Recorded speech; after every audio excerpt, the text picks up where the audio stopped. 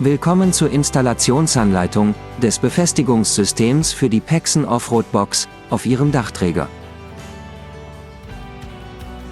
Jede der Befestigungsplatten sollte mit mindestens 4 Schrauben an deinen Dachträger verschraubt werden. Setze eine M8-Schraube von oben in der Befestigungsplatte ein und von unten eine Unterlegscheibe und eine Schiebmutter auf die Schraube. Schraube die Schiebmutter ein paar Umdrehungen auf die Schraube, so dass du sie als nächstes in deinen Dachträger einsetzen kannst.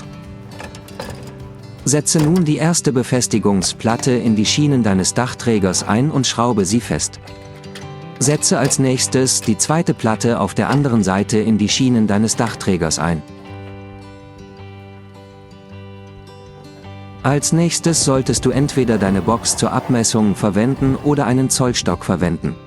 Miss von einem L-Halter der Platte bis zum anderen L-Halter deiner anderen Befestigungsplatte. Der Abstand sollte der Länge deiner Box entsprechen.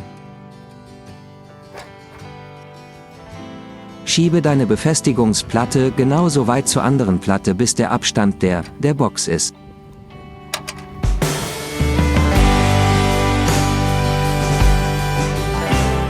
Schraube nun deine zweite Platte fest.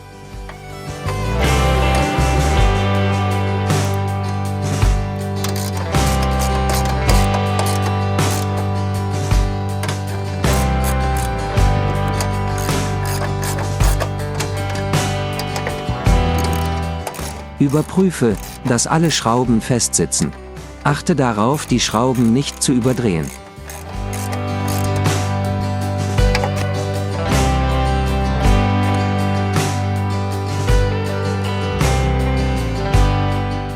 Du kannst jetzt deine Box auf dem Träger befestigen.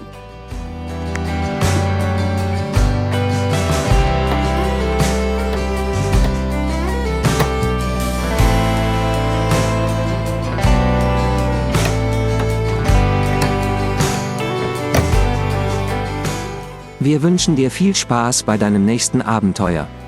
Bei Fragen wende dich einfach an kundenservice@pexen.eu.